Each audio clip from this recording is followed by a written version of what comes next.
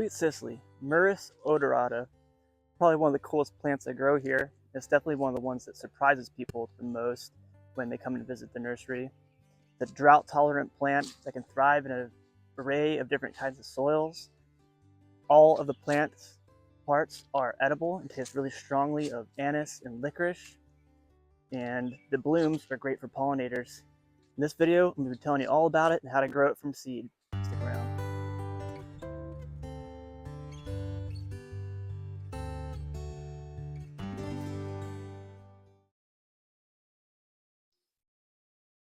Here's one of my most mature bushes right here, Sweet Cicely. This one's probably about 4 years old. And if you look at the context in which it's growing, I like to grow Sweet Cicely on the edges of my garden areas.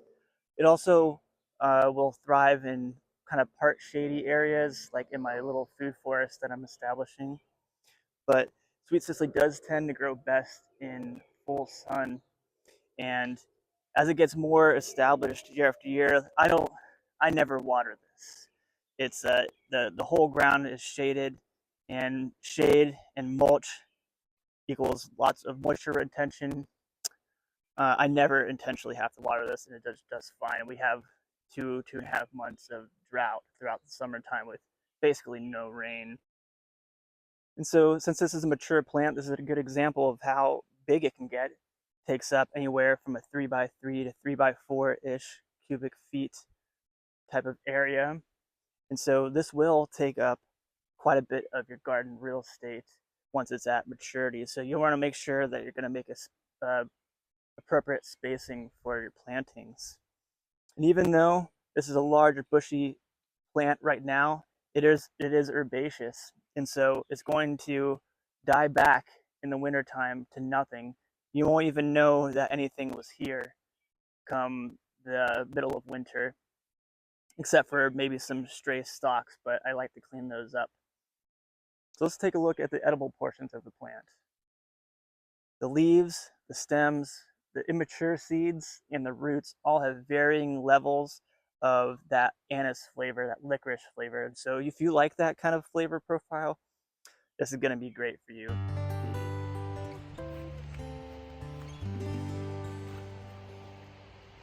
All right, so we are in early May, and this is a great time to show you all one of the great yields from Sweet Cicely, and that is the immature seed pods right here.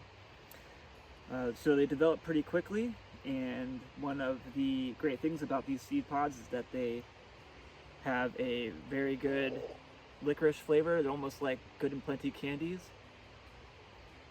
and they are very sweet.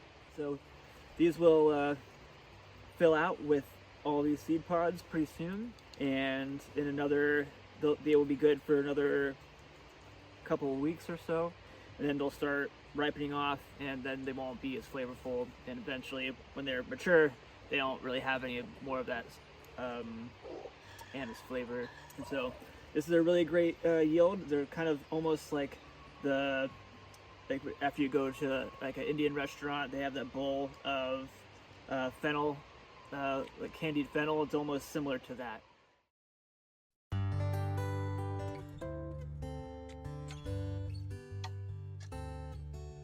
So Sweet Cicely, as it matures, it puts out deeper and deeper taproots, and that's why it's so drought tolerant. Yeah, and so this is a challenge here. The more mature a plant is, it's going to be nearly impossible to dig the whole plant up without breaking some of the roots off.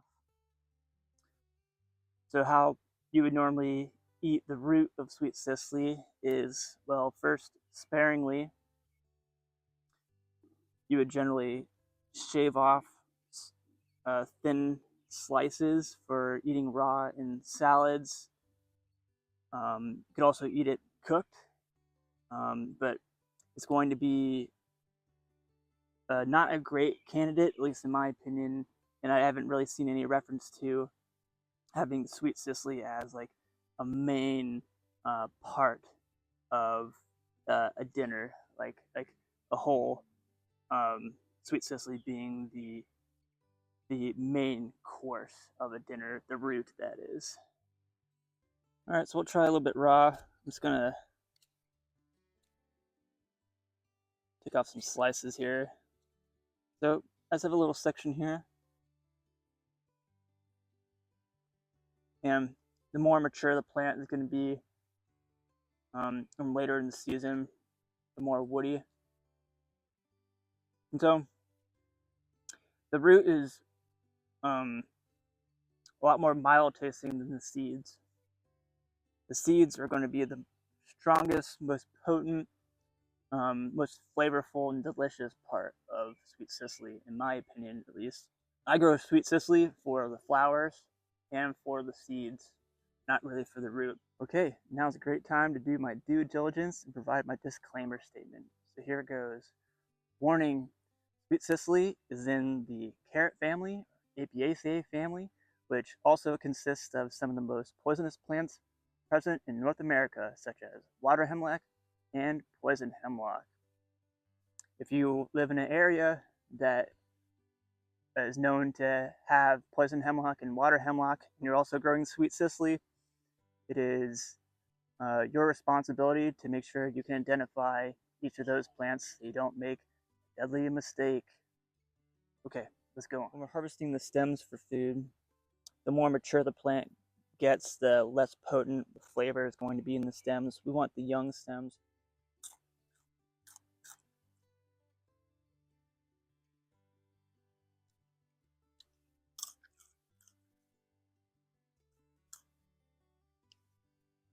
Yeah, definitely a difference in the potency of the younger stems compared to the more mature ones.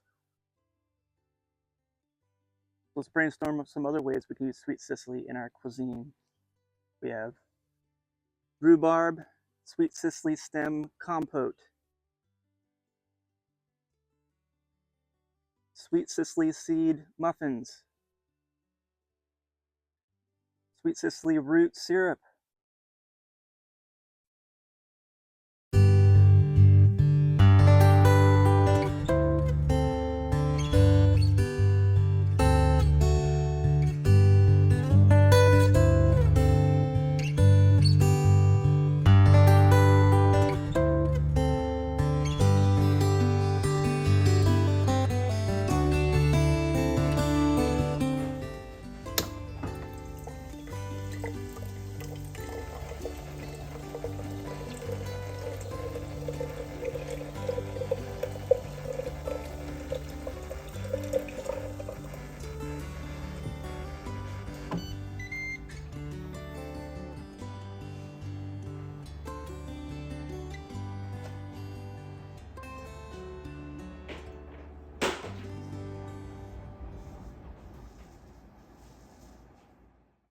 So we're in July right now, and July is the time when a lot of seeds are starting to ripen off, just like our sweet cicely right here.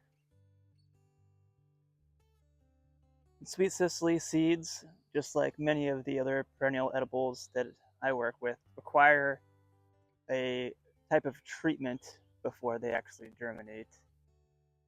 Usually either a period of cold exposure called cold stratification, or sometimes some seeds need a level of abrasion or something that kind of breaks down their seed coat, which is called scarification. And sweet cicely seeds require a period of cold stratification to germinate. And so we live in a temperate climate here in Northwest Washington, and so we have enough chill hours for these seeds to actually germinate. They do quite well here.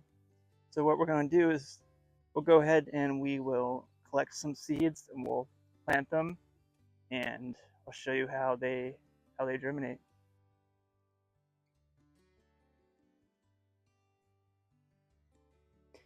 Now I could do this in the late summer after all of them is dried down. I could just store them all in a plastic or in a paper sack and sow them in the fall.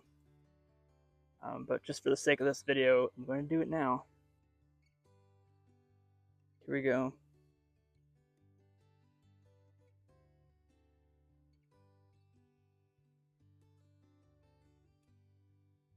If they break off nice and easy, then they're ripened.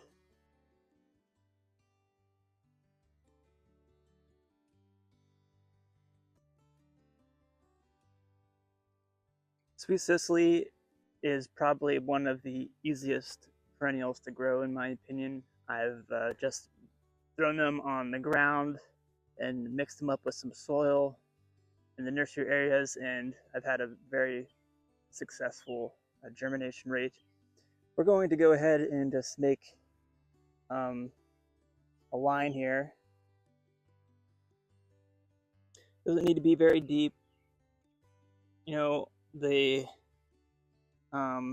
school of thought with planting seeds generally is you want to plant a seed at least 1.5, 2 times the depth compared to the size of the seed, just in general. But you know, it is still summertime. These can dry all the way out, so I'm not too worried about them. Some seeds will perish if they are allowed to dry out, which I'm not really worried about here. So just knowing how successful these are, I'm actually going to, I don't need to give them too much spacing because these are all going to get dug up once they have a season to grow. So I'm just going to plant them, you know, maybe an inch or so apart.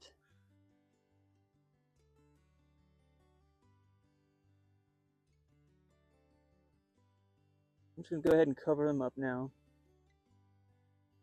And that's where they'll rest.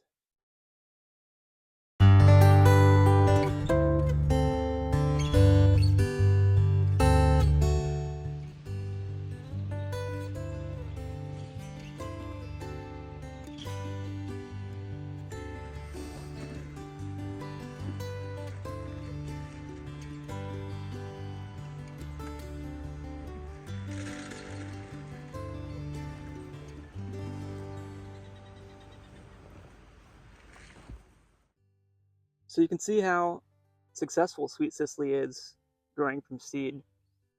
I had a very high germination rate the past couple of years growing it like this in large quantities, just like the way I showed you. They started germinating pretty early in the season, like April or so, maybe even a little bit earlier. Sweet Cicely, it'll grow and thrive in a lot of different soil types, anything from clayey soil, not necessarily heavy clay soils, but it prefers this kind of. It can handle some sandy soils too, but definitely prefers like a nice kind of loamy mix. Doesn't have to be super fertile, but you know, full sun. So if you want to grow out Sweet Cicely, it doesn't take more than 1 or 2 seasons to get way more than you could ever want.